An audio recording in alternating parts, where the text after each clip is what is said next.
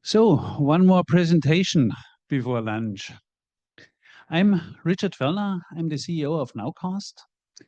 Nowcast is a German-based company fully focused on lightning detection.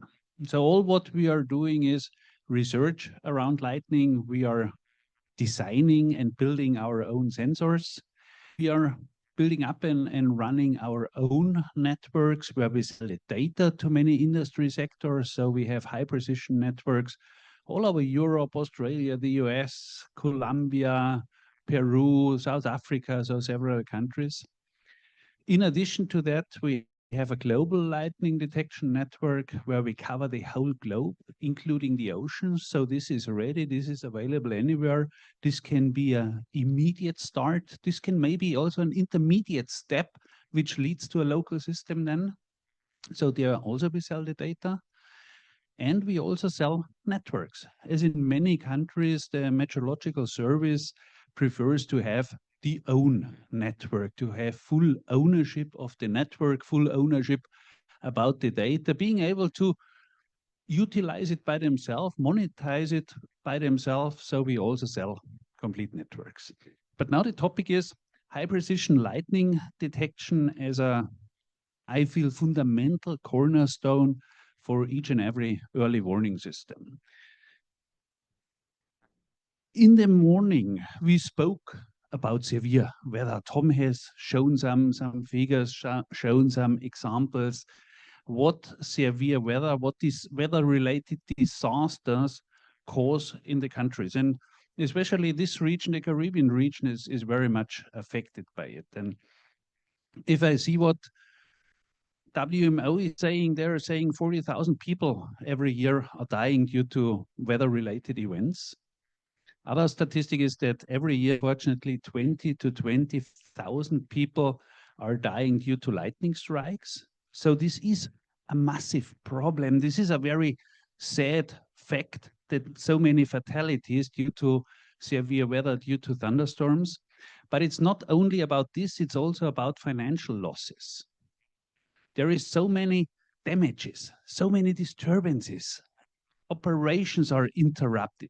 So there is a big financial loss each and every year due to severe weather. And there are many industries who are very vulnerable. For instance, with thunderstorms, let's think about the aviation. An airport is obliged by international rules, by ICAO, IATA rules. If there is a thunderstorm, they have to stop ground handling. You do not want to run the approach through this thunderstorm. If you think about energy companies, 30 to 50% of the power outages, so the failure of the high voltage transmission lines, is due to lightning strikes. If you think about renewable energy, the wind farms are very much affected. Those high rotors are very attractive for lightning strikes. So all of them need to know what is going on with the thunderstorms, what is the cause for the damage, as nowadays repairing a rotor blade in some cases is up to $1 million, what it costs to repair such a rotor blade. If you think about the minings need to take care. They often have explosive material outside to prepare for the next work. And we had some really big and crucial accidents in some areas of the world by lightning strikes hitting this explosive material. So a mining company better is aware when a thunderstorm is approaching the area. So severe weather, thunderstorms is a big problem. Of course, no need to tell this to you. I think everybody will be aware about this. But there is also some good news, and therefore we talk about this early warning thing. As again, now WMO. The number of these critical severe weather events and catastrophes and disasters is increasing a lot. I think we all of us, we see it, we feel it, we notice it, that these events are getting more and more. But the WMO is saying the number of fatalities in the same period of time has decreased to 1/3. This means technology can help, training can help, getting awareness with the people can help. So we can reduce the number of fatalities, the number of damages, the number of financial losses when we are aware about what's going on. So the technology, the awareness can help to protect the lives, the assets, and also the food. Also, harvests and crops are affected by this. So we need to know what's going on. And in particular, lightning detection helps you to have a very good overview of the whole country. It's not so easy to cover a big country with radar. It's very complementary.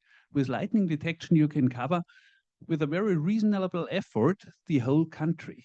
And you see what's going on. You see where is severe weather, where are the actual lightning strikes, and where it is moving to. The picture on the right and at the bottom shows such an example where you see the movement of thunderstorm cell. And this works in case of a moving thunderstorm with a very, very high precision. So you get the information, you get the estimated time of arrival telling you, hey guys, watch out. In 48 minutes from now, the thunderstorm will reach your area and you can warn the people, you can take your precautions, you can take some measures. For this, of course, good quality, reliable, and real-time data is needed. The information has to come very fast, and a lightning detection network is basically real-time. Let's say maximum 30 seconds after the lightning strike was hitting the ground or happening within the clouds, you see the information in your system, you see the information on your screen. As last point, but for me, very important point, and I started already discussion with some of you, is that this is an important source of revenue. I always say the funding for a lightning detection network is relatively easy. It can pay off by itself. Remember at the beginning we spoke about the industry sectors, how important it is for them. An international airport is willing to pay good money for best-in-class information when they can reduce the time for the ground handling. I told you that the rotor blade exchange can cost up to $1 million. They are willing to pay for good information, either to know it before or to have afterwards documented costs for the damage for the discussion with the insurance companies. So there is a lot of money due to the benefits which you can bring to the private sector. So the possibility for funding can be either that you monetize it by selling the data to the private sector, not possible maybe in every country. Another alternative is with a public-private partnership, that you have somebody who is selling it to the private sector.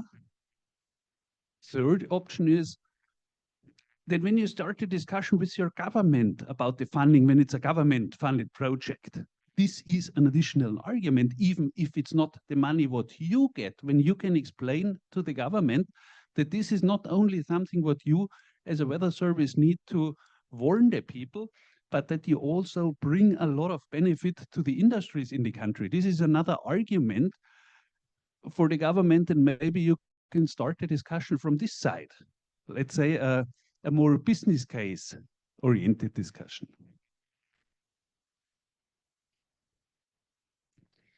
From my experience, from the examples in the different countries, and more than happy to discuss it in more details on our booth, there are some requirements to the technology. You need high precision.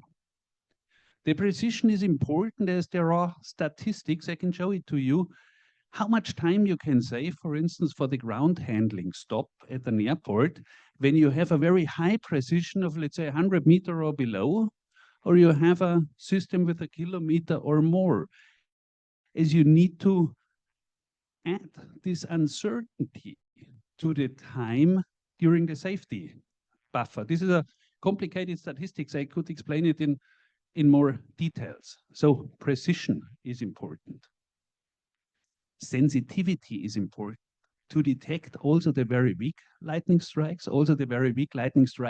within the clouds, so that you have the full overview of the situation. And often the thunderstorm starts within the cloud, so you know it already, even if the weak flickering is available at this point in time only. So also sensitivity is important. I said already, it's a relatively efficient way to cover the whole country. With high-performing system, you do not need too many sensors to cover also larger countries. So it's a very efficient way to get the overview of the whole situation in the complete country. So quality is important. From a technology point of view, I feel important, easy to handle. The setup of a lightning detection system, this is not rocket science. This is relatively easy.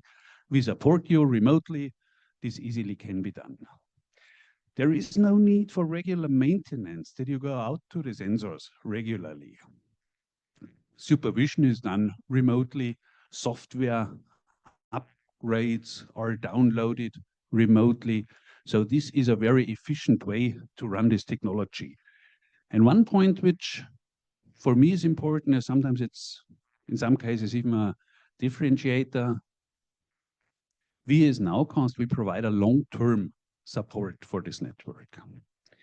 We are in business now since 23 years, and we never have forced a customer to replace the network.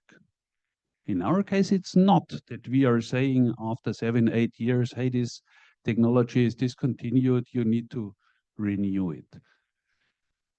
We have sensors which are in the field since 20 years, and we still support it with the latest generation of software. And whenever we come out with a new generation of sensors, we make sure that it's fully compatible to the old one, so that when you need a new one or you need to replace one, take the new one to preserve the investment of our customers also in the long run. From an operation point of view, easy to handle. No big meteorological background or studies or trainings are needed. What I always say, if you see on your screen a lightning strike is a lightning strike. There is no big interpretation needed. We show it very clearly. We show you also the differentiation. Is this something what happens in the clouds, or is this something what hits the ground?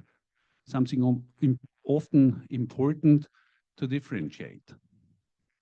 We have our own patented algorithm also to show you the altitude of the intercloud lightning strikes. Why is this important? Of course, an air traffic control organization is interested. But maybe even more important, this altitude information gives you a lot of insights about the severity and the life cycle of the thunderstorm. We use this also as a criteria for the severe weather warning. So if you see, for instance, an immediate jump in the altitude of the intercloud lightning strikes, this is a very strong indicator for severe weather. So in some areas, this is an indicator for hail or very strong precipitation or for very, very strong wind gusts. So this is then the area we show it separately on the map as a severe or core cell of the thunderstorm. This is the area where you not only have to be afraid of lightning strikes, but where also, due to other weather effects, there is big problems coming up to you.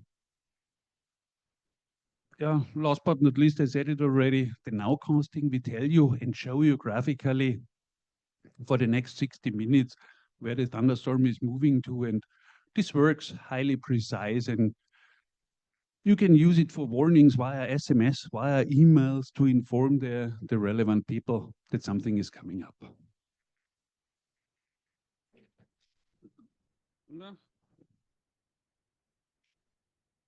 So more or less as a summary, a high precision lightning detection network is a high quality, highly precise information to protect the people and to manage the operations, the efficiency of many industry sectors. And it's a perfect information for decision making. As you know, there is always somebody who has to decide to close down an outdoor event, to stop it, to bring maybe the kids into the school, to close down the airport. And making this decision from visual looking to the clouds, sorry, it doesn't work. You cannot estimate the distance of the thunderstorm. This is a clearly very high precise information. In some of our tools, we even have a traffic light which shows you with green, yellow, red the situation. So a clear information base for the decision making, and it's also well documented. As in many cases, there is a follow-up afterwards. What I hear from the airports, for instance, it's pretty often that the airline is coming to the airport and complaining and saying, hey, why the hell, guys, you have shut down the ground handling yesterday? I didn't see any lightning strike hitting the apron. Was it really needed? And you caused us so much troubles and costs. Here, it's well documented. You can pull it out or show it on the screen. Look, this is the situation, has been the situation yesterday. Exactly there, we had lightning strikes, and according to the international rules, I have to close it when it's in the 3 or in some cases the 5 nautical miles area. So it's well documented. It's also well documented for discussion when it's getting about claim assessment. I know that sometimes also the meteorological service is asked then that somebody calls you now, say, I had a problem, what was the situation there? Do you have some documentation what has happened? So it's very good for decision making, but also for the follow-up later on. Yeah, as we said, it's a reduction of the risk for fatalities and also for accidents. For, again, coming back to the aviation, you do not want to run the approach route through the core cell of the thunderstorm. There are usually different approach routes available, but you have to know what's going on. So with a Linux system, and I would be more than happy now over lunch, now if we have time for questions or at our booth, to discuss much more in details, concrete case examples, learnings, experiences. As a summary, it's extremely sensitive. You will not miss out any weak lightning strikes. You will see the altitude to better understand the severity of the thunderstorm, to see where is the core cell with the other severe weather events. And it's a very easy to handle and customizable visualization tool. I remember in the first presentation today, someone said about, yeah, we also need to develop products. We can give you the products into your hands, the products which you can provide to the private sector in the country. Products which are optimized, which are specialized for energy companies, for aviation, for other sectors. So with this tool, which has very different variants and very customizable, we can give you the tools into your hands. With this, thank you very much, and open for questions either now or later. Thank you.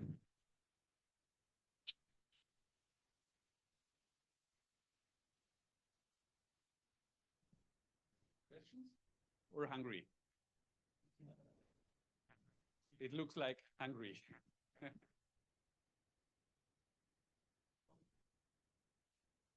Thank you very much, Richard. Okay, so it's lunchtime. If you want to go out that door, over in the atrium, just follow that direction. You'll see a buffet, and then sit anywhere you want. Just before you go to the buffet on the left-hand side, there's drinks there as well. So thank you very much for the first half of the first day, and see you in a bit. Oh, 2 o'clock is when you can come back. Thank you.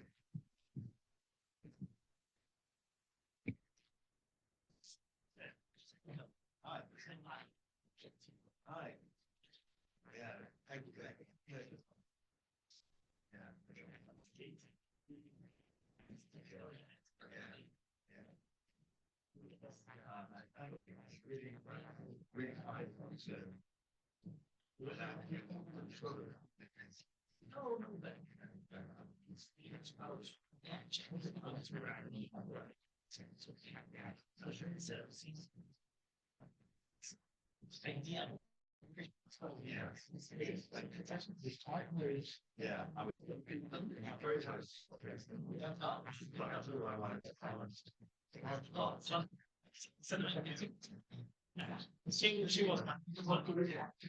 Yes, yes.